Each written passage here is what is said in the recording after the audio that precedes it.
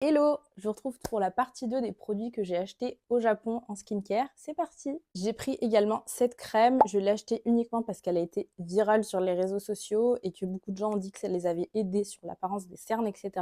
Et moi, c'est vrai que je suis très cernée de nature et j'ai jamais testé un contour des yeux efficace, etc. Bon, après, j'en ai pas testé des milliers et des cents.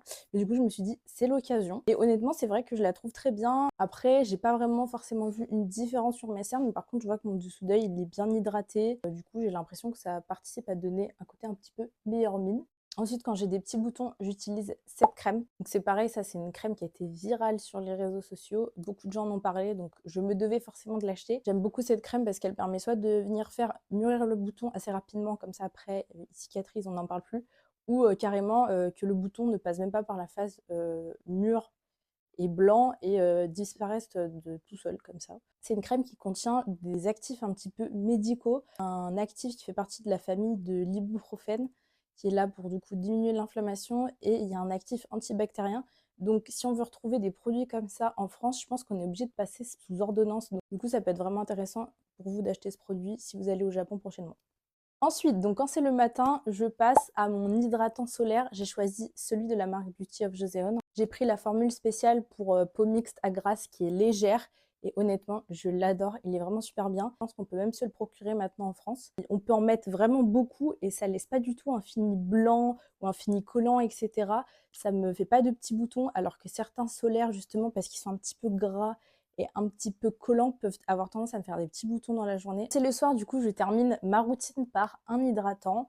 J'ai choisi celui-là.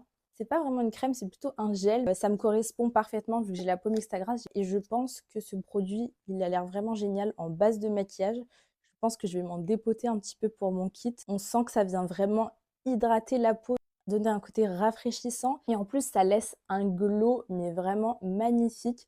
Tous les produits skincare que je vous présente depuis tout à l'heure, je trouve que ça vient donner un glow naturel à ma peau, un effet un petit peu glass skin au fur et à mesure des utilisations. C'est un petit peu aussi la signature des produits asiatiques, donc c'est pas étonnant. Aucune déception niveau skincare. Tout ce que j'ai acheté, j'ai adoré. Ah oui, j'allais oublier qu'on n'en a pas trop encore en France, mais que c'est en train d'arriver. Ce sont les sprays solaires. Donc ça, c'est vraiment génial. J'aurais dû en prendre plus parce que là, vous voyez, j'ai déjà consommé tout ça.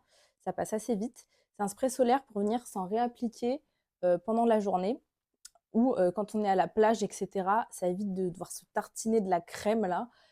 Franchement, c'est génial. Et en plus, ça coûte pas cher. Désolée, j'ai été obligée de couper parce que c'était encore beaucoup trop long. Donc, il y aura une troisième partie sur les masques demain. Voilà, bisous!